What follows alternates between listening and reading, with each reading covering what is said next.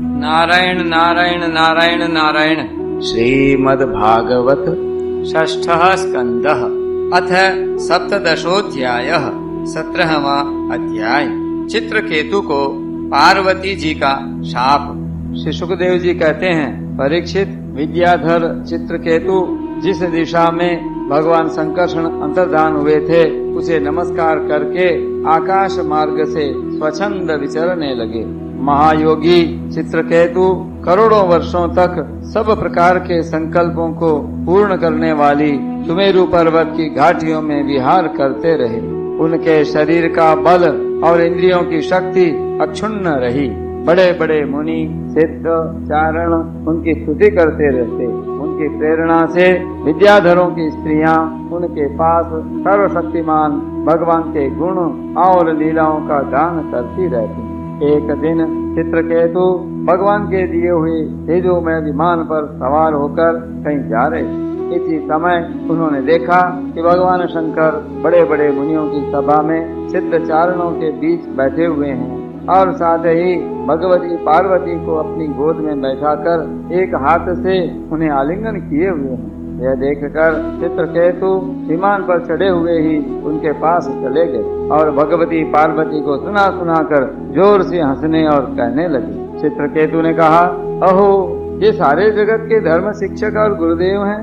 ये समस्त प्राणियों में श्रेष्ठ हैं। इनकी यह दशा है कि बड़ी सभा में अपनी पत्नी को शरीर से चिपका कर बैठे हुए हैं। जटाधारी, बहुत बड़े तपस्वी एवं ब्रह्मवादियों के सभापति होकर भी साधारण पुरुष के समान निर्लजता से गोद में स्त्री लेकर बैठे हैं। प्रायः साधारण पुरुष भी एकांत में ही स्त्रियों के साथ उठते बैठते हैं, परंतु ये इतने बड़े व्रतधारी होकर भी उसे बड़ी सभा में लिए बैठे हैं। श्री सुखदेव जी कहते हैं, परीक्षित, भगवान शंकर की बुद्धि अगाध है।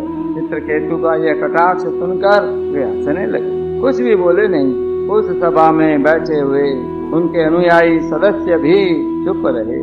चित्रकेतु को भगवान शंकर का प्रभाव नहीं मालूम था, इसी से वे उनके लिए बहुत कुछ बुरा भला बक रहे थे। उन्हें इस बात का घमंड हो गया था कि मैं जितेंद्रिय हूँ। पार्वती जी ने उनकी यह धृष्टता देखकर क्रोध से कहा। पार्वती जी बोली, ओहो, हम जैसे दुष्ट और निर्लजों का दंड के बल पर शासन एवं तिरस्कार करने वाला प्रभु इस संसार में यही है क्या?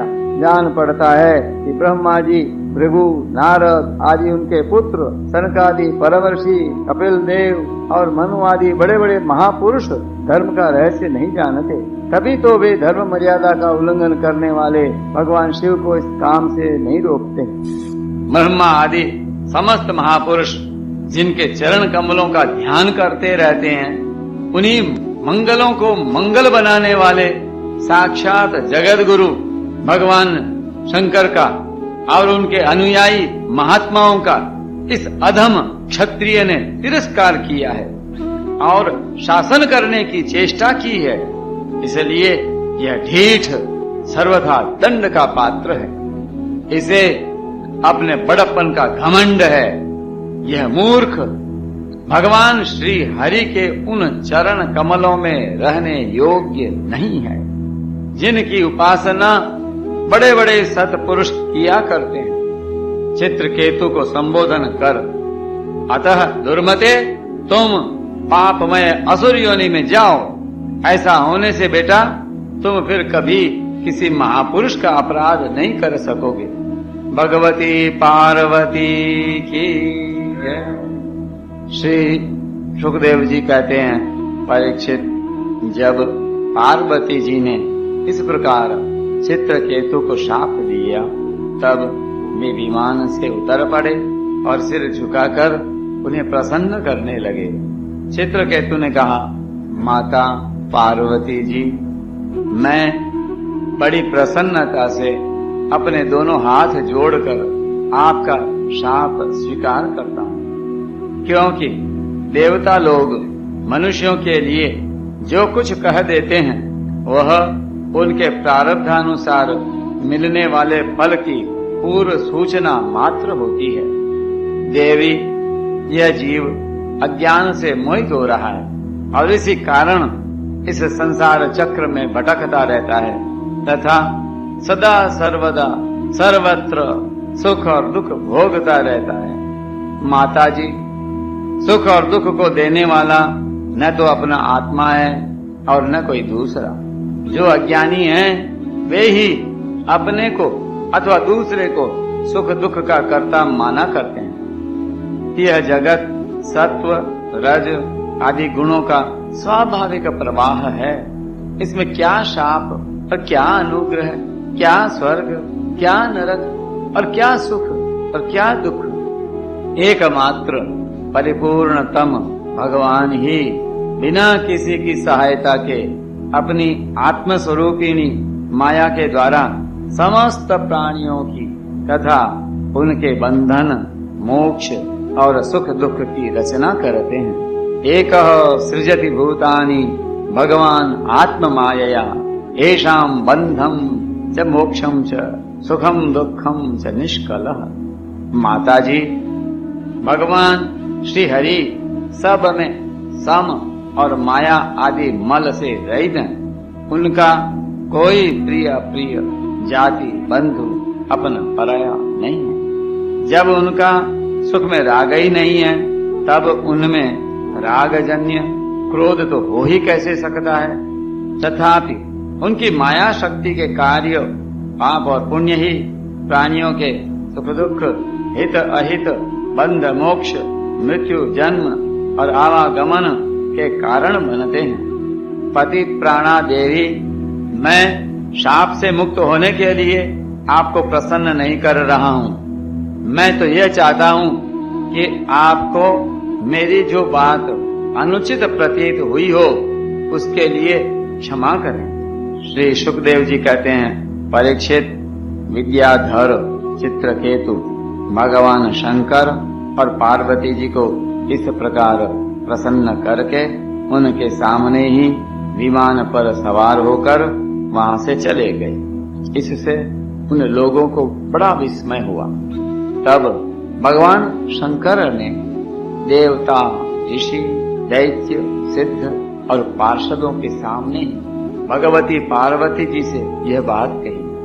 भगवान शंकर ने कहा, सुंदरी, दिव्य लीला विहारी भगवान के निष्प्रिय और उदार हृदय दासानुदासों की महिमा तुमने अपने आंखों देख ली। जो लोग भगवान के शरणागत होते हैं वे किसी से भी नहीं डरते, क्योंकि उन्हें स्वर्ग, मोक्ष और नरकों में भी एक ही वस्तु केवल भगवान के ही समान भाव से दर्शन होते हैं। भक्त और भगवान की जय। जीवों को भगवान की लीला से ही देह का संयोग होने के कारण सुख दुख, जन्म मरण और शाप अनुग्रह आदि द्वंद्व प्राप्त होते हैं। जैसे स्वप्न में भेद भ्रम से सुख दुख आदि की प्रतीति होती है और जागृत अवस्था में ब्रह्मवश माला में ही सर्प बुद्धि हो जाती है, वैसे मनुष्य अज्ञानवश आत्मा में देवता, मनुष्य आदि का भेद तथा गुण दोष आदि की कल्पना कर लेता है।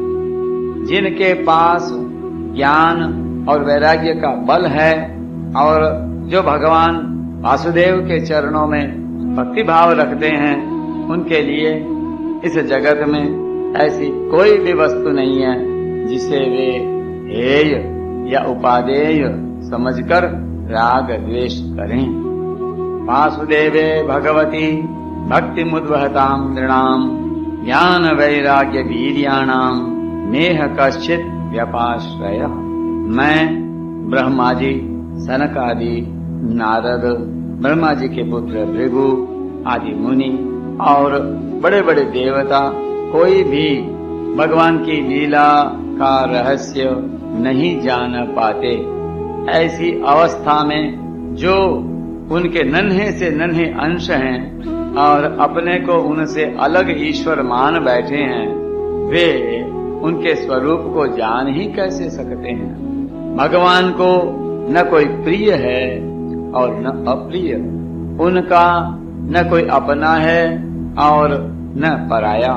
वे सभी प्राणियों के आत्मा हैं, इसलिए सभी प्राणियों के प्रियतम हैं। प्रिय यह परम भाग्यवान चित्रकेतु उन्हीं का प्रिय अनुचर, शांत एवं समदर्शी है। और मैं भी भगवान श्री हरि का प्रिय हूँ, इसलिए तुम्हें भगवान के प्यारे भक्त, शांत समदर्शी महात्मा पुरुषों के संबंध में किसी प्रकार का आश्चर्य नहीं करना चाहिए। भक्तवत्सल भगवान की जय। श्री सुखदेव जी कहते हैं, परीक्षित, भगवान शंकर का यह भाषण सुनकर भगवती पार्वती जी की चित्तवृत्ति शांत हो गई और उनका विस्मय जाता रहा। भगवान के परम प्रेमी भक्त चित्रकेतु भी भगवती पार्वती को बदले में शाप दे सकते थे, परंतु उन्होंने उन्हें शाप न देकर उनका शाप सिर चढ़ा लिया। यही साधु पुरुष का लक्षण है। यही विद्याधर चित्रकेतु दानव योनि का आश्रय लेकर त्वष्टा की दक्षिणाग्नि से पैदा हुए। वहाँ इनका नाम वृत्रासुर हुआ और वहाँ भी ये भगवत स्वरूप के ज्ञान एवं भक्ति से परिपूर्ण ही रहे। तुमने मुझसे पूछा था कि वृत्रासुर का दैत्य योनि में जन्म क्यों हुआ और उसे भगवान की ऐसी भक्ति कैसे प्राप्त हुई। उसका पूरा विवरण मैंने तुम्हें सुना दिया। महात्मा चित्रकेतु का यह पवित्र इतिहास केवल उनका ही नहीं, समस्त विष्णु भक्तों का महात्म्य है।